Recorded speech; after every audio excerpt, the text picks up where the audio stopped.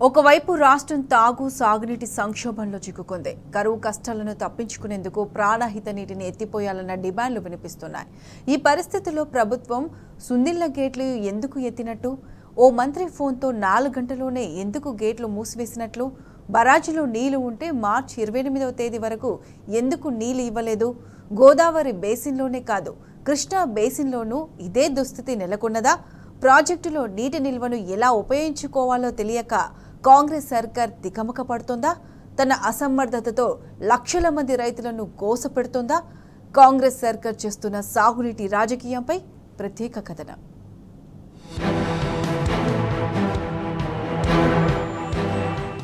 రాష్ట్రంలో సాగునీటి నిర్వహణ ఎంత అస్తవ్యస్తంగా తయారైంది అన్న ప్రశ్నకు సుందిళ్ల పరిణామమే పెద్ద ఉదాహరణ. అసలు బరాజ్లోని నీటిని ఎందుకు ఖాళీ చేయాలనుకున్నారనేది ఎవరికీ అంతుపట్టడం లేదు. నేషనల్ డ్యామ్ సేఫ్టీ అథారిటీ ఆదేశానుసారమే బరాజ్ను ఖాళీ చేశారని ఒక వాదన వినిపిస్తున్నప్పటికీ అసలు అథారిటీ ఇంజనీర్లు ఎప్పుడు చెప్పారు అనేది ఒక ప్రశ్న. మేడిగడ్డ ఘటనపై కమిటీ ఏర్పాటైన తర్వాత ఈ నెల 6న తొలిసారిగా కమిటీ చైర్మన్ సభ్యులు తెలంగాణకు వచ్చారు. కాళేశ్వరం ప్రాజెక్టులోని 3 బరాజ్లను పరిశీలించి వెళ్లారు. ఒకవేళ అప్పుడే బరాజులను ఖాళీ చేయాలని ఆదేశించి ఉంటే నిన్నటిదాకా ఎందుకు నీటిని వదల్లేదనేది ఇంకో ప్రశ్న. రెండో దఫాగా కమిటీ గత నెల 19 నుంచి 21 తేదీలో హైదరాబాద్కు వచ్చి జలసౌధలో విచారణ చేపట్టింది. కానీ ఆ సందర్భంగా బరాజులను ఖాళీ చేయాలని ఆదేశాలు ఇచ్చినట్టు లేదు. అలాంటి ఆదేశాలు వచ్చినట్టు ఇంజనీర్లు కూడా చెప్పలేదు.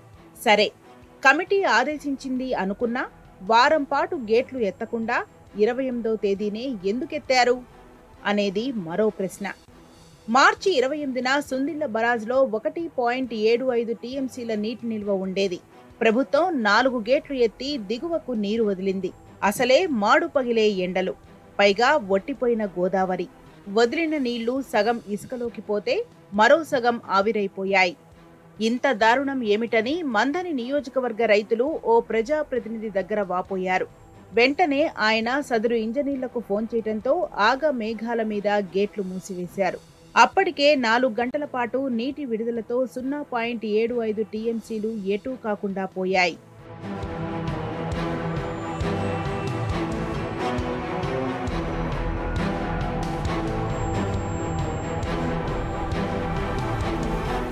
వాస్తవానికి ఎన్డీఎస్ఏ నివేదిక వచ్చేదాకా కాళేశ్వరం మోటార్లు నడిపే ప్రసక్తే లేదని ప్రభుత్వం భీష్మించుకుని కూర్చున్నది. తాము ఇంజనీర్లు కాదు, నిపుణుల సూచన మేరకే నడుచుకుంటామని సీఎం రేవంత్ సహా మంత్రులు చెబుతూ వచ్చారు. ఒకవేళ ఎన్డీఎస్ఏ కమిటీ ఆదేశాల ప్రకారమే నీటిని విడుదల చేస్తే ప్రజాప్రతినిధి ఫోన్ చేయగానే ఎందుకు నీటి విడుదల ఆపేసినట్టు అన్నది అసలైన ప్రశ్న. ఇన్ని అనుమానాల మధ్య రాష్ట్రంలో సాగునీటి నిర్వహణ ఇంజనీర్ల ప్రణాళిక ప్రకారం అమలవుతున్నదా, లేక మంత్రులు ఎమ్మెల్యేల ఫోన్ కాల్స్ పై గేట్లు తెరవడం మూయడం జరుగుతున్నదా అన్న కొత్త ప్రశ్నలు తలెత్తుతున్నాయి.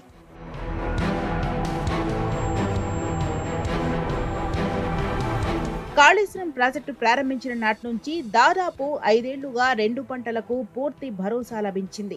కానీ ఈ ఏడాది కాళేశ్వరం ఎత్తిపోతలు లేవంటూ సర్కార్ చెరువులను నింపలేదు. కాంగ్రెస్ అధికారం చేపట్టే నాటికి మిడ్మానేరులో 18 టీఎంసీలకు పైగా నీళ్లున్నాయి. అన్నపూర్ణ పంప్ హౌస్ లో కూడా 2.5 టీఎంసీల జలాలు ఉన్నాయి. మిడ్మానేరు జలాశయం నుంచి అదనంగా 1 టీఎంసీని ఎత్తిపోస్తే ఫ్రీ ఫ్లో గేట్లు పనిచేసేవి. కొద్ది మొత్తంలో నీటిని విడుదల చేసి చెరువులను నింపితే ఇప్పుడు అక్కడ పంటలు ఎండిపోవలసిన దుస్థితి వచ్చేది కాదు. కానీ ప్రభుత్వం ఆ పని చేయలేదు.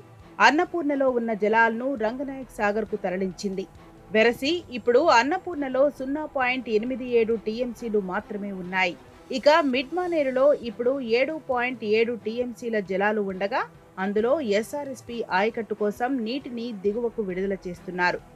మొత్తంగా ప్రభుత్వ అవగాహన రాహిత్యంతో పంటలు ఎండిపోయే దుస్థితి నెలకొంది.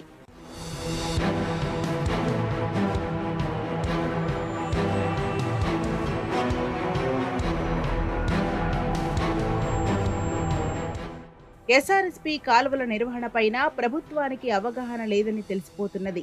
వాస్తవంగా ఎస్ఆర్ఎస్పీ స్టేజ్ 1, స్టేజ్ 2 కింద దాదాపు 13 లక్షల ఎకరాలకు పైగా ఆయకట్టు ఉన్నది. ఎస్ఆర్ఎస్పీ కాలువల కింద కాకుండా ఆ కమాండ్ ఏరియాలో భూగర్భ జలాల ఆధారంగా అదనంగా 5 లక్షల ఎకరాలకు పైగా సాగవుతుంది. మొత్తంగా 20 లక్షల ఎకరాలకు పైగా ఆయకట్టు సాగయ్యేది. కాలువలకు వాటి సామర్థ్యం మేరకు సమృద్ధిగా నీరు అందించినప్పుడే కమాండ్ ఏరియాలో భూగర్భ జలాలు నిలకడగా ఉండి పంటలు సాగయ్యే అవకాశముంటుంది. అదేవిధంగా కాలువల కింద ఆయకట్టుకు సైతం పుష్కలంగా నీరందే పరిస్థితి ఉంటుంది. కాళేశ్వరం అందుబాటులోకి వచ్చాక ఈ 20 లక్షల ఆయకట్టుకు పూర్తి భరోసా లభించింది. కానీ ఈ ఏడాది ప్రభుత్వం కాళేశ్వరం ప్రాజెక్టును నిలిపివేయడంతో ఆయకట్టు మొత్తం అస్తవ్యస్తంగా తయారైంది. కాళేశ్వరం అందుబాటులోకి వచ్చిన అనంతరం ఎస్ఆర్ఎస్పీ నీటిని ఎల్ఎండి ఎగువకే పరిమితం చేశారు. ఎల్ఎండి దిగువకు కాళేశ్వరం నుంచి ఎత్తిపోసిన జలాలనే తరలించేవారు. దాంతో నీటి కొరత ఉండేది కాదు. చివరి మడికి సైతం తడి తాకింది. కాంగ్రెస్ సర్కార్ మాత్రం కాళేశ్వరం ఘనతను చిన్నగా చూపాలన్న ప్రయత్నంలో కాళేశ్వరం లేకున్నా ఎస్ఆర్ఎస్పీ చివరి ఆయకట్టుకు సైతం నీళ్లు ఇస్తామని చెప్పుకొచ్చింది. కానీ ఆచరణలో మాత్రం బొక్కబోర్లా పడింది.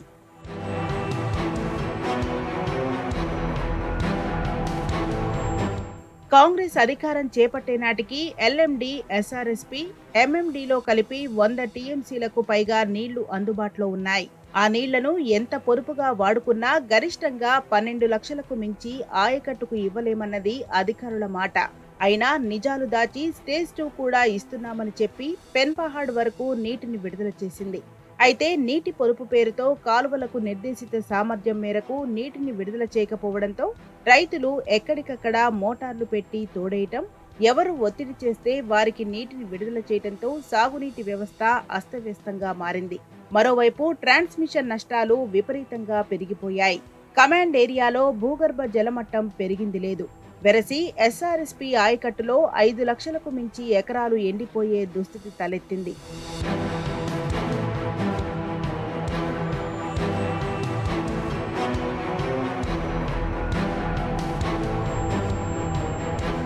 ఈ మండు వేసవి కాలంలో కూడా లక్ష్మీ బరాజ్ వద్ద ప్రాణహిత నుంచి 1470 క్యూసెక్కుల ప్రవాహం ఉంది. కొన్ని ఇసుక బస్తాలు అడ్డువేసో, చిన్న మట్టికట్ట వేసో ఆ నీళ్లను పంప్ హౌస్ వద్దకు తరలించవచ్చు. కరువు కోరల్లో చిక్కుకొని తాగునీటి కోసం, సాగునీటి కోసం విలవిల్లాడుతున్న తెలంగాణ ప్రజానీకానికి అందించవచ్చు. ఇది ఇరిగేషన్ అధికారులు అనధికారికంగా చెబుతున్న నిజం.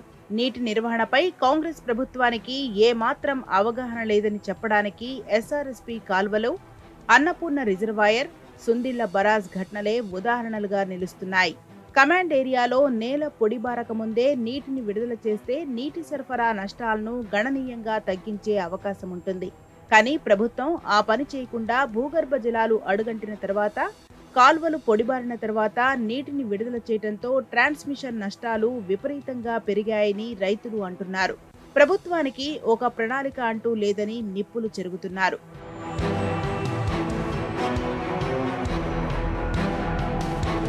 కాంగ్రెస్ ప్రభుత్వానికి రిజర్వాయర్లలో ఉన్న నీటిని ఎలా వాడుకోవాలో తెలియకపోవడంతో రైతులు తీవ్ర ఇబ్బందులు పడుతున్నారు. ఇప్పుడు తాగునీటికి కూడా ఇక్కట్లు మొదలవడంతో ప్రజలు ఆగ్రహం వ్యక్తం చేస్తున్నారు. పనికిమాలిన కాంగ్రెస్ ను తూర్పారపడుతున్నారు.